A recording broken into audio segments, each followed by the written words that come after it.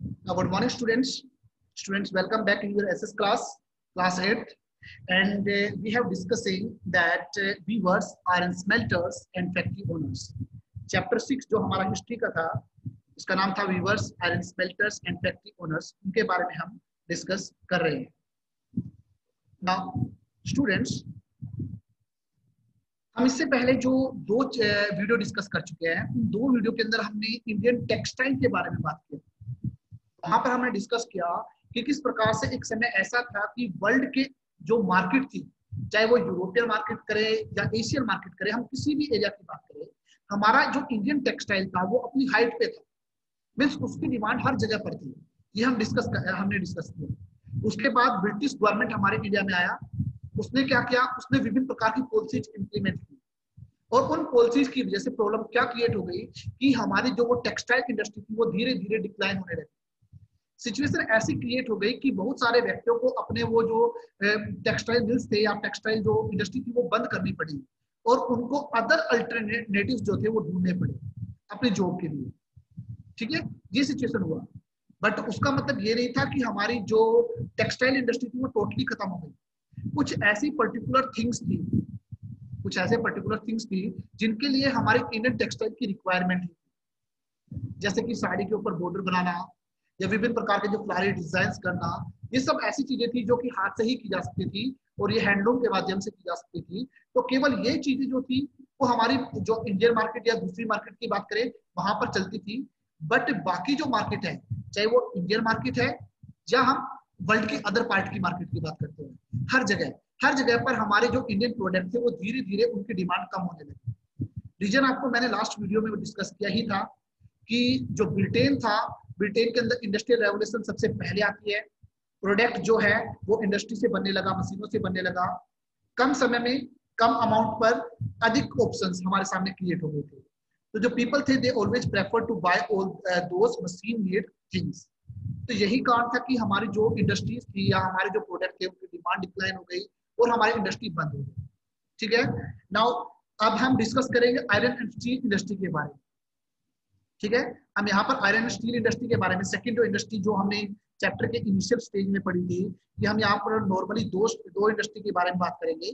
First industry आपकी textile industry होगी और सेकंड होगी आपकी आयरन एंड स्टील इंडस्ट्री. तो अब हम आयरन एंड स्टील इंडस्ट्री के बारे में डिस्कस करने जा रहे हैं. आपके एनसीईआरटी बुक के अंदर स्पोर्ट दी गई है टीपू सुल्तान की. ठीक है, आप अपनी एनसीईआरटी बुक के अंदर देख सकते हो और जो वो स्पोर्ट है उसके बारे में, उस स्पोर्ट की जो आपका टीपू सुल्तान की ये स्टोरी जो है वो इसी चीज को इंडिकेट करेगी, आयरन स्टील इंडस्ट्री के बारे में. So the story of the Indian steel should begin with the famous story of Tipu Sultan, who was the king of Mysore till 1799. अब देखिए स्टूडेंट, मैंने यहाँ पर टीपू सुल्तान के बारे में बात कर ली है. ठीक है, एज ए स्टूडेंट आपको क्या पता होना चाहिए? एज ए स्टूडेंट आपको पता होना चाहिए टीपू सुल्तान कहाँ के राजा थे. ठीक है, या रूलर कहाँ के थे, एम्परर कहाँ के थे, वो थे मैसूर के. सेकंड आपको पता होना चाहिए कि टीपू सुल्तान की जो कैपिटल है वो कौन सी थी, दैट इज श्रीरंगपट्टनम. ठीक है, टीपू सुल्तान ने 1799 तक वहां पर राज किया. इट मींस जो फोर्थ एंग्लो मैसूर वॉर था वहां पर वो मारे गए थे. तो आपको ये बातें पता होनी चाहिए. मानते हैं कि हमने 8th स्टैंडर्ड की सेकंड चैप्टर या थर्ड चैप्टर में ये सब डिस्कस किया है, बट मान लीजिए कि मैं आपका केवल इसी चैप्टर का टेस्ट लेता हूँ तो मैं उस चैप्टर के अंदर ये सारी चीजें इंक्लूड कर सकता हूँ क्योंकि मैं यहाँ पर टीपू सुल्तान के बारे में डिस्कस कर रहा हूँ. तो आपको पता होना चाहिए. ठीक है, तो हमारी जो एनसीईआरटी बुक है उसके अंदर आपको केवल एक लाइन में डिस्कस कर लेंगे हम, उससे रिलेटेड जो क्वेश्चन बनेंगे वो you have to learn all these question, right. So तो हमारी जो इंडियन स्टील की जो हम बात वापस करते हैं इंडियन स्टील के बारे में, तो जो हमारी इंडियन स्टील की स्टोरी है वो टीपू सुल्तान जो कि मैसूर के राजा थे 1799 तक, उनकी जो स्टोरी है उसके माध्यम से जुड़ती है. अगर मैं टीपू सुल्तान की बात करता हूँ, he fought 4 wars against British with his legendary sword. मुझे वहां उनकी तलवार की बात करनी है क्योंकि आयरन एंड स्टील इंडस्ट्री की बात करनी है. तो हम स्वॉर्ड के साथ जो टीपू सुल्तान की जो तलवार थी उसके स्टोरी के माध्यम से इसके बारे में बात करें. तो उन्होंने 4 युद्ध लड़े. उन 4 युद्ध के अंदर उन्होंने अपनी जो तलवार थी, लीजेंडरी जो स्वॉर्ड थी, उसका यूज किया. एंड इस वक्त अगर हम बात करते हैं, this sword was now displayed in the museum in England. आज वो इंग्लैंड के म्यूजियम के अंदर आप देखने को मिलती है. अब उस स्वॉर्ड की स्पेशलिटी क्या थी, वो इतनी स्पेशल क्यों थी? तो अगर मैं इसकी स्पेशलिटी की बात करता हूँ, it was that it was made up of high carbon steel. ये जो थी वो हाई कार्बन स्टील की बनी हुई थी, जिसका नाम था वुड्स। ठीक है, इसका मतलब क्या था? Woods that could easily rip the enemy armour. Armour होता है कवच। आप सबने महाभारत या रामायण देखी होगी, खासकर महाभारत या रामायण देखी होगी, तो आपने देखा होगा कि जो उसमें लड़ते हैं, जो सैनिक होते हैं, उनके जो आपकी अपर पार्ट ऑफ बॉडी होता है, उसके ऊपर एक कवच होता है, दैट इज आर्मर। ठीक है, वो आर्मर होता है। तो अगर हम बात करते हैं टीपू सुल्तान के उस स्वॉर्ड की, उसके अंदर जो कार्बन स्टील यूज किया गया था, उसकी क्वालिटी ऐसी थी कि वो उस एनिमी, जिस दुश्मन के साथ वो लड़ रहे हैं, उसके आर्मर को भी खत्म कर सकता था, तोड़ सकता था, उसको भी चीर कर उसके, आप कह सकते हो, उसके शरीर को टच करता था। ये उसके अंदर स्पेशल थिंग थी उस वुड के अंदर, उस वुड्स कार्बन के अंदर। ठीक है, अब हम इस वुड्स की बात कर लेते हैं, ये कहां पर होता है? So this woods is produced in south India. हमारे इंडिया का जो साउथर्न पार्ट है, वहां पर इसका प्रोड्यूस किया जाता है। And if you think about the swords, if the swords made up of this steel had a sharp edge, उसके किनारे बड़े शार्प होते थे, with a flowering water pattern, जो फ्लारिंग वाटर पैटर्न है उसके माध्यम से बनाए जाते हैं।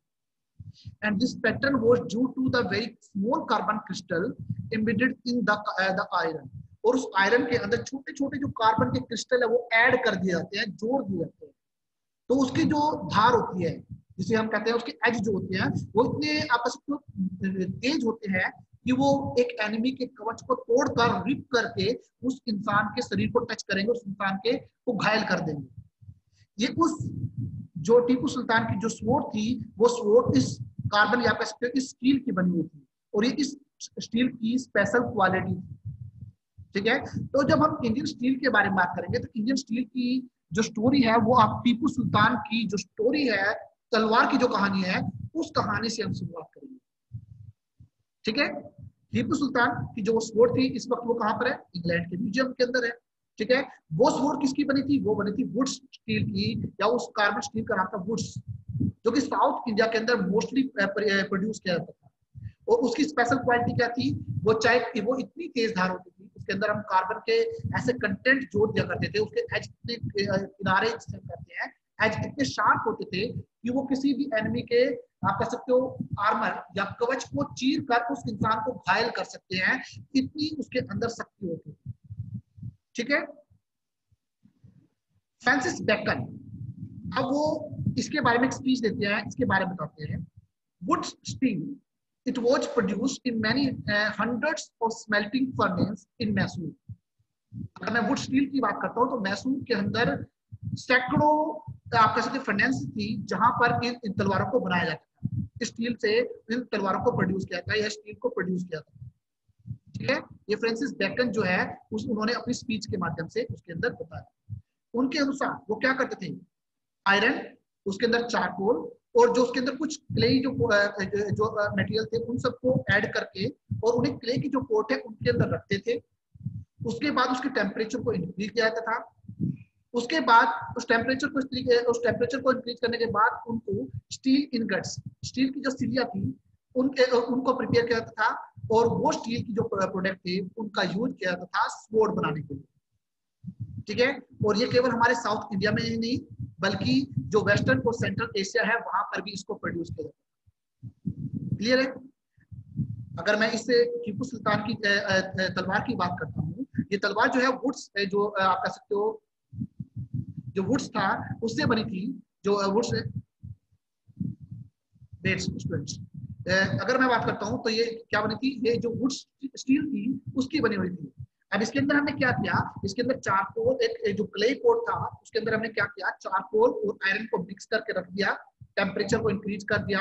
वहां पर सिलिया, ये स्टील इनगट्स वर्ड जो है वो सिलिया होती है।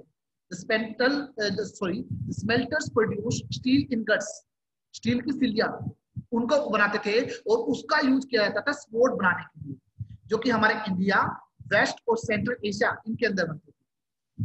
ठीक है, अगर मैं वुड्स की बात करता हूँ, it is an anglicised version.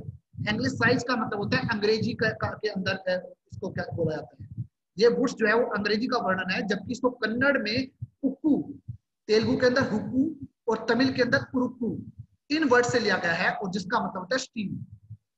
अगर मैं वुड्स वर्ड यूज कर रहा हूँ वो आपका इंग्लिश वर्जन है, ठीक है। कन्नड़ के अंदर उसके लिए क्या वर्ड यूज किया गया है, उक्कू, तेलुगु के अंदर हुक्कू, एंड तमिलनाडु के अंदर जो उरुक्कू वर्ड है वो, सॉरी तमिल लैंग्वेज के अंदर उरुक्कू वर्ड है, और इन तीनों वर्ड्स का मीनिंग स्टील है।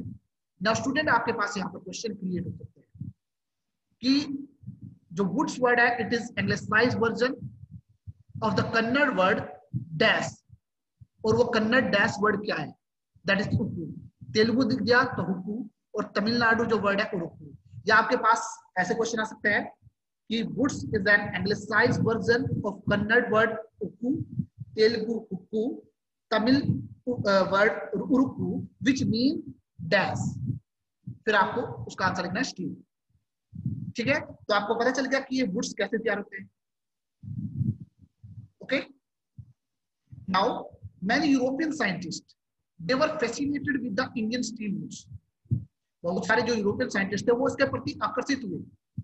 माइकल फ्लाडे spends 4 years, जो कि वुड्स की जो प्रोस्पेरिटी थी उसको स्टडी उन्होंने किया। 4 ईयर तक उन्होंने उसके ऊपर स्पेंड किए कि वो इतने इंपॉर्टेंट क्यों है उनके बारे में।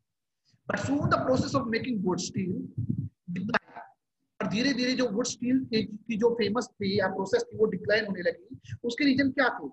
उसके रीजन थे because the sword and the armour making industry they died. Reason क्या था? Because India was taken over by the different European powers. Different जो यूरोपियन पावर्स थी उनका उनके ऊपर अधिकार हो चुका था, ठीक है।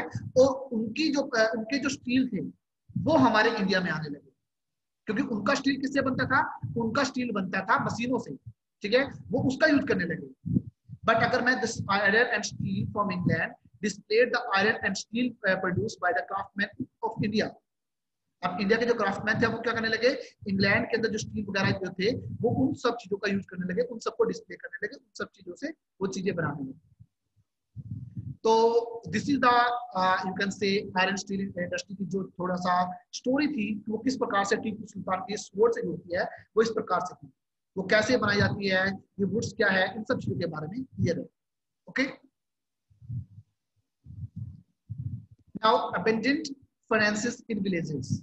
ठीक है, नेक्स्ट टॉपिक हम ये पढ़ने जा रहे हैं कि किस प्रकार से जो वो भट्टियां थी उनको त्याग दिया गया, खत्म कर दिया गया। नॉर्मली अगर हम बात करते हैं, there were finances present in every village, especially in Bihar and you can say central India, because it was easy to procure the raw material from the nearby ores, and generally the work of smelting was done by both men and women. But okay, normally हम क्या देखते हैं, बिहार और central America के, central India की अगर हम बात करते हैं, जो हर एक गांव के अंदर जो ये फर्नेंसेस थी वो आपको देखने को मिलती है। कारण क्या था?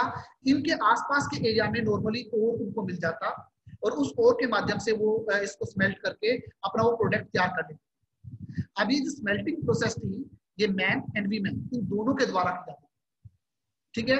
बट 19th सेंचुरी के अंदर हमारे इंडिया का जो आयरन स्मेल्टिंग जो वो था, मींस प्रोसेस थी, आप कह सकते हो इंडस्ट्री थी, वो धीरे धीरे डिक्लाइन हुई। बेसिक रीजन था इसके पीछे वो था द न्यू फॉरेस्ट लॉज। सबसे बड़ा रीजन जो था, कारण क्या था new forest laws? British government ने क्या क्या फॉरेस्ट एक्ट बनाए, 9th स्टैंडर्ड में आप डिस्कस करोगे, बट यहाँ पर भी मैं डिस्कस कर रहा हूँ, शायद आपको 7th स्टैंडर्ड में भी डिस्कस कराया गया होगा कि ब्रिटिश इंडिया ने क्या किया। ब्रिटिश इंडिया ने फॉरेस्ट एक्ट बनाए। उन फॉरेस्ट एक्ट के अनुसार उन्होंने कुछ फॉरेस्ट को बना दिया गया रिजर्व फॉरेस्ट, कुछ को प्रोटेक्टिव फॉरेस्ट। तो इस तरीके से उन्होंने फॉरेस्ट को क्लासिफाई कर दिया। जो आपके रिजर्व फॉरेस्ट हैं कोई व्यक्ति वहां पर एंटर नहीं कर सकता। जो आपके रिजर्व फॉरेस्ट थे वहां पर सभी की एंट्री बैन कर दी गई, क्योंकि they provide the valuable timber that can be used for the making of furniture and other materials, ठीक है, इसलिए उसको बंद कर दिया। सेकंड थिंग अगर मैं बात करता हूँ, दूसरा जो अगर मैं बात करता हूँ दूसरे टाइप के जो फॉरेस्ट थे उनके अंदर एंट्री थी, ठीक है, बट एंट्री के ऊपर हाई टैक्स पे करना पड़ेगा, ठीक है। Entry was allowed in some forest like protecting forest and other forest, but smelters were charge with heavy taxes. उन्हें बहुत ज्यादा हैवी टैक्स देना पड़ता था, जिसकी वजह से क्या होने लगा, जो प्रोडक्ट वो बनाते उसमें उनका खर्चा ज्यादा हो जाता, खर्चा ज्यादा करने का मतलब है कि उनकी इनकम रिड्यूस होने लगी, और रिड्यूस होने की वजह से उनको प्रॉब्लम होने लगी। इसके अलावा with the availability of British steel in India, the industry started using the imported steel for making utensil and other products. इसके अलावा क्या हुआ कि जो ब्रिटिश स्टील थी वो इंडिया में इंपोर्ट होने लगी, पीपल जो थे प्रोडक्ट बनाने के लिए उस स्टील का यूज करने लगे। तो ये कुछ बेसिक रीजंस थे जिनकी वजह से हमारी इंडियन जो स्टील थी, जो प्रोड्यूसिंग एरिया था, जो वो धीरे धीरे डिक्लाइन होने लगा, या इंडियन जो स्टील प्रोड्यूसिंग आप कह सकते हो मैन्युफैक्चर थे, मैन्युफैक्चरिंग यूनिट्स थी, वो धीरे धीरे डिक्लाइन होने लगी। Okay, now we will discuss iron and steel factories come up in India. इस टॉपिक के बारे में हम डिस्कस करते हैं। इन 1904 an American geologist name is Charles Bell and Dorbaji Tata, जो कि एल्डर सन थे जमशेदजी टाटा के, ठीक है, सा एग्रिया ट्राइब, एग्रिया ट्राइब का नाम है, एग्रिया ट्राइब का नाम है, और जो एग्रिया ट्राइब थे ना, they are the iron smelters. वो कौन थे? आयरन स्मेल्टर्स थे। उन्होंने क्या किया, उन्होंने देखा कि ये जो एग्रिया ट्राइब के पीपल है वो अपने कमर के ऊपर बास्केट लगाकर जा रहे हैं, और उस बास्केट के अंदर क्या है? आयरन ओर है, जो कि हिल से वो लेके आ रहे हैं, ठीक है। और ये हिल क्या थी? राजहारा हिल्स, ठीक है। अब उन्होंने जब उन्होंने क्या किया, उस आयरन को चेक किया। It was one of the finest quality ore, इसकी क्वालिटी बहुत ज्यादा फाइनेस्ट, ठीक है। इन्होंने ये बात नोट कर ली, बट अब उनका उद्देश्य था कि अपने स्टील प्लांट को वहां पर लोकेट करें, बट वो उस राजहारा जो हिल्स थी वहां पर उसको लोकेट नहीं कर सकते थे। रीजन क्या था? Because there was no availability of water, वहां पर वाटर जो था वो अवेलेबल नहीं था, इसलिए वो वहां पर अपनी स्टील प्लांट लोकेट नहीं कर पाए। ये प्रॉब्लम उन्होंने देखी, ठीक है। ये बात थी 1904 की, ठीक है। तो उसके बाद उन्होंने क्या किया? एग्रिया जो ट्राइब था, जो ट्राइबल पीपल थे, उनकी हेल्प ली, और उन्होंने क्या किया? उसके आसपास का एक एरिया फाइंड आउट किया, और वहां पर उन्होंने क्या किया? भिलाई स्टील प्लांट जो था वहां पर वो सेटअप कर दिया, ठीक है। भिलाई, ये छत्तीसगढ़ के अंदर की बात कर रहा हूँ। तो आपका ये भिलाई स्टील प्लांट मैंने यहाँ पर बोल दिया है, इट मीन आपको मैप के अंदर पता होना चाहिए छत्तीसगढ़ में भिलाई कहाँ पर, ठीक है। यहाँ पर ये आपका मैप क्वेश्चन क्रिएट हो जाता है, राइट। तो इसके बाद अगर मैं बात करता हूँ, after a few years a large forest area it was cleared on the bank of river Subarnarekha and the factory was set up with an industrial township, और इस इंडस्ट्रियल टाउनशिप का नाम रखा गया जमशेदपुर, जो कि आपकी झारखंड के अंदर है, ठीक है। तो जमशेदपुर और Bhilai steel plant, these are the most important iron steel plant area. Reason क्या है? क्योंकि आसपास के एरिया में इनको जो आयरन ओर है इजिली मैनर से मिल जाते हैं। सेकंड थिंग, वहां पर वाटर फैसिलिटी भी है। नेक्स्ट थिंग, वहां पर उनको चीप जो लेबर है, स्किल एंड अनस्किल्ड लेबर भी मिल जाती है, ट्रांसपोर्ट फैसिलिटीज भी है। तो इस आधार पर जमशेदपुर जो है वहां पर लोकेटेड है, ठीक है। The Tata iron steel company, it was started producing steel here in 1912। तो आपको पता होना चाहिए कि टाटा आयरन स्टील इंडस्ट्री वहां पर कब स्टैब्लिश हुई? 1912 के अंदर स्टैब्लिश हुई। Now in the initial stage, अगर मैं इनिशियल स्टेज की बात करता हूँ, जो ब्रिटिशर्स थे वो इंडियन जो स्टील थी वो उनको परचेज नहीं करते थे। रीजन क्या था? क्योंकि सबसे पहले तो वो प्रेफर करते थे ब्रिटिश स्टील को, पहला रीजन तो ये था। दूसरा था कि वो इंडियन स्टील की क्वालिटी के ऊपर सस्पेक्ट रखते थे, डाउट रखते थे, उनको श्योरिटी नहीं थी कि वो एक फाइन क्वालिटी की स्टील है, ठीक है। शुरुआती दौर में जो टाटा आयरन स्टील है या किसी भी हम स्टील इंडस्ट्री की बात करते हैं, उन सब चीजों को ये फेस करना पड़ा।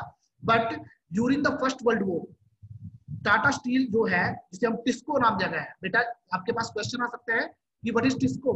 It stand for Tata iron and steel company, TISCO. इस टिस्को की डिमांड बढ़ने लगी। कारण क्या था? क्योंकि मैंने कल भी बताया था कि फर्स्ट वर्ल्ड वॉर के दौरान में ब्रिटिशर्स का ध्यान था केवल वेपन्स के ऊपर, केवल वॉर एक्टिविटीज के ऊपर, वॉर से रिलेटेड थिंग्स के ऊपर, ठीक है। अब इसका बेनिफिट क्या हुआ? हमारे इंडियन इंडस्ट्री को हुआ, चाहे वो हमारी आयरन स्टील इंडस्ट्री है, चाहे वो हमारी टेक्सटाइल इंडस्ट्री है, और उन सब के प्रोडक्ट जो थे वो यूरोप के अंदर भी और इंडियन मार्केट के अंदर भी चलने लगे। अब ये चीज जो थी वो उनको, इसको या आप कह सकते हो टेक्सटाइल इंडस्ट्री, इन सब ने इनका बेनिफिट उठाया। Just like cotton, Iron steel also expanded when British imports declined in India and the market for the industrial goods increased. अब मार्केट के अंदर जो इंडियन गुड्स था उसकी वो इंक्रीज हो गया, बट ये हुआ केवल during the first world war, ठीक है। इसके अलावा कब हुआ, ठीक है, एक तो फर्स्ट वर्ल्ड वॉर के अंदर हुआ, दूसरा कब हुआ, दूसरा हुआ था कि जिस वक्त हमारे इंडिया के अंदर नेशनल मूवमेंट चलाई गई, देश को आजाद कराना है, ठीक है। आप नॉन कॉर्पोरेशन मूवमेंट के बारे में पढ़ोगे आगे, 1920 में नॉन कॉर्पोरेशन मूवमेंट चलाई गई, 1930 में सिविल डिसोबीडियंस मूवमेंट चलाई गई, तो हम नेशनल मूवमेंट की बात करेंगे। तो उस नेशनल मूवमेंट के अंदर क्या डिस्कस किया, फॉरेन प्रोडक्ट को यूज करना छोड़ दो, इंडियन प्रोडक्ट्स का यूज करना शुरू कर दो। तो इंडियन जो प्रोडक्ट्स थे उनका यूज करना शुरू हो गया नेशनल मूवमेंट की। तो ये ऐसे दो टाइम पीरियड थे, जिन दो टाइम पीरियड के बाद हमारे इंडियन इंडस्ट्री को ऊपर आने का मौका मिला, उनको ग्रोथ करने का मौका मिला। इससे पहले क्या हुआ, पहला था फर्स्ट वर्ल्ड वॉर था, क्योंकि फर्स्ट वर्ल्ड वॉर के दौरान में उनको क्या करना पड़ा, फर्स्ट वर्ल्ड वॉर के दौरान में वो केवल क्या बनाते थे, केवल ब्रिटिश गवर्नमेंट बनाती थी या ब्रिटिश इंडस्ट्री बनाती थी वॉर से रिलेटेड थिंग्स। इसलिए हमारी इंडियन इंडस्ट्री, चाहे वो कॉटन है, आयरन स्टील है, हर इंडस्ट्री को मौका मिल गया कि वो अपने प्रोडक्ट को इंक्रीज कर दे। इससे उनका इंपोर्ट कम हो गया, मींस ब्रिटिश जो प्रोडक्ट थे उनके इंपोर्ट कम हो गए, तो इंडियन मार्केट के अंदर क्या जाने लगा, इंडियन मार्केट के अंदर जो हमारा इंडियन प्रोडक्ट था वो जाने लगा, ठीक है। सेकंड कब हुआ, सेकंड बेनिफिट हुआ नेशनल मूवमेंट्स के दौरान में।